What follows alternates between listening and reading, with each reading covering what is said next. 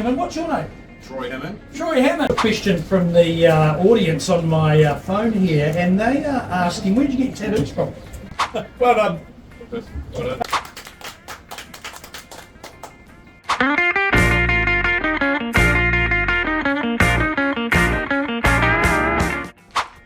That's Graham Bloxham standing in for Sean Rush. I'm on Hotline, hot seat, and hot everything. And I've got this gentleman. What's your name? Troy Hammond. Troy Hammond. He's agreed to come on the show, and we've got our calendars a bit mixed up. And this is Graham on Hotline with Hot Sarah. Was that? Can't say that. Sarah Jane. Sarah Jane in the hot seat. And so, Troy, what are you doing?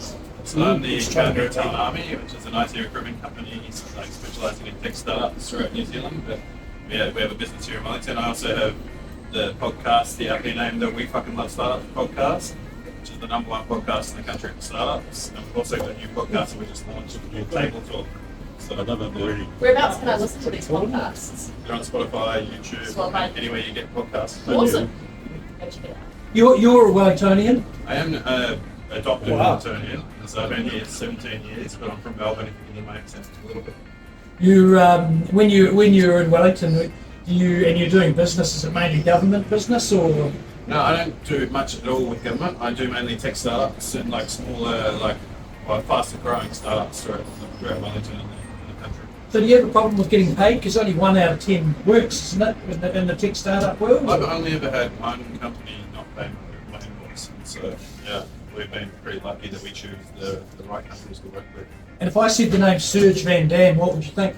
Yeah, Serge and I are good mates. I'm not sure if you saw our online video battle a couple of months ago that we had a bit of fun with, but yeah, he's the godfather of the Wellington tech startup community here. Got any questions for Troy? I took that you're from Melbourne and you're here in Wellington. Are we similar? You know how people say that, oh, we're like another Melbourne. Yeah, 100%. Yeah. So if I wanted to move over to Melbourne, would I be like, oh, I'm just in Wellington? Yeah, it's just a bigger version of Wellington. And, it's a mixture of Wellington and Auckland because it's like traffic's a fucking nightmare. But yeah, it's like bars and restaurant culture and there's just as many Kiwis in Melbourne as there is in Wellington. So. Yeah, everyone moves over there. Yeah. You're not going over there, are you? No. Maybe. I've got a question from the audience on my phone here, and they are asking, where did you get your tattoos from? Got them from a guy, Dean Sacred, in Sacred Tattoo in Auckland. And so yeah, I've got lots of tattoos. How long did it take? Each arm was about 6 sessions of like 6 hours a pop. Wow.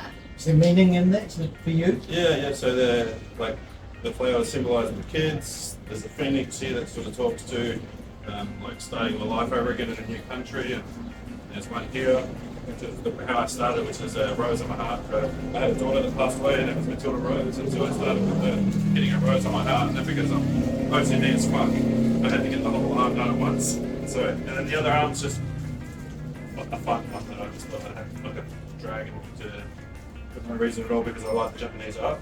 So. Very interesting. Thoughts with you for your daughter. And, yeah, thank you.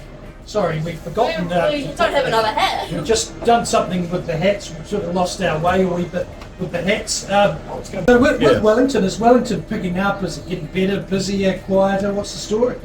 Yeah, it's definitely improving a little bit, but it's not fast. I think like survive to 25 is the general consensus, and then I'm in the tech startup community where I recruit in. There's green shoots sort of popping out and it's starting to get a little bit better. But the government's still pretty tough.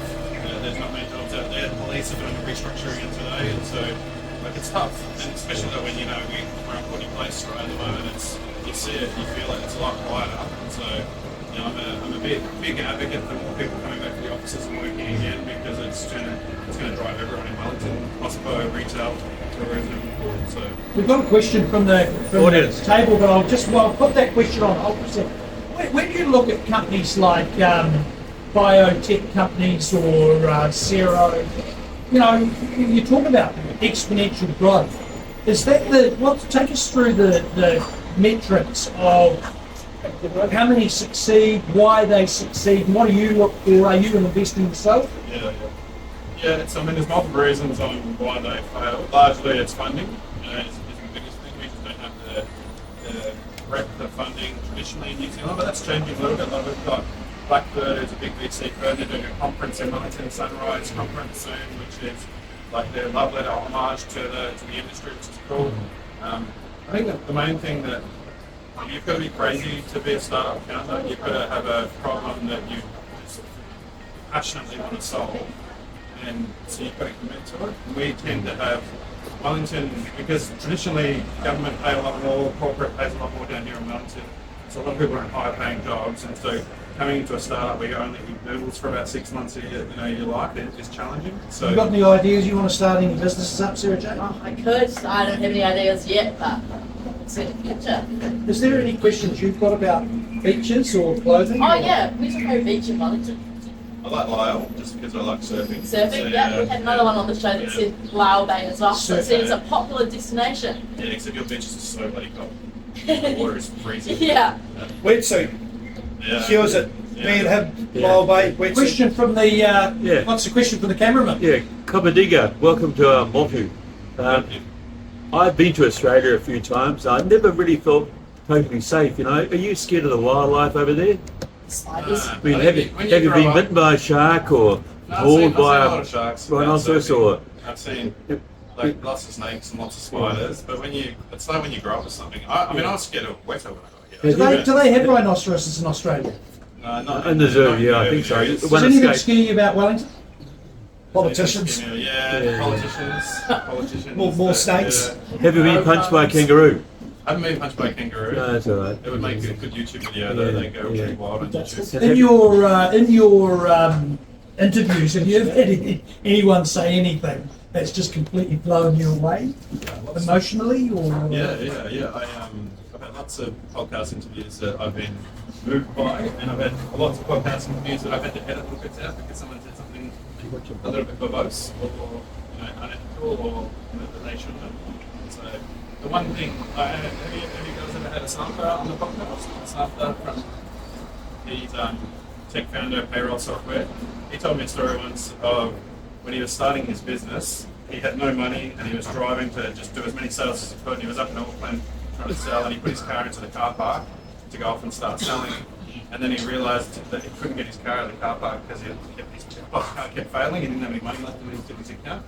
And so he sat there and cried for like half an hour in his car, and then decided to stand up, go out and keep selling his product. And someone actually said, "Yeah, I'm gonna do that. I'm gonna buy it." And they gave him a check right there on the spot, and he was able to take that check to the bank to go and get some money to get his car out of the car park. And so like that for me is just the epiphany of like what a startup founder is. Like someone that just, no matter what life throws in front of them, they're just gonna keep moving forward. Sounds like a whole lot of bullshit, really, because I don't think we even have checks in New Zealand anymore. And is that pay source? So it was Pesos. It was Yeah, well, wasn't that started in the last sort of 6 or 7 or 10 years or something? It was the previous company of Pesos, and so yeah, he's not a young startup founder like the young kids of today. We definitely look out for bullshit in the startup ecosystem, but we also look out for people like yourself who support it, drive it, and underpin it. So thank you for coming on Hotline with Yes, thank you. Sarah Jane Seddon and myself. And I'm waving my arms around trying to be a bit like Sean Rush. And The real star. I appreciate you for coming on today, Troy. That was Troy Hammond for Hotline. Well done. You can't beat Wellington on a good day or even a bad day too. You can't beat Wellington, it's a cliche, but nonetheless it's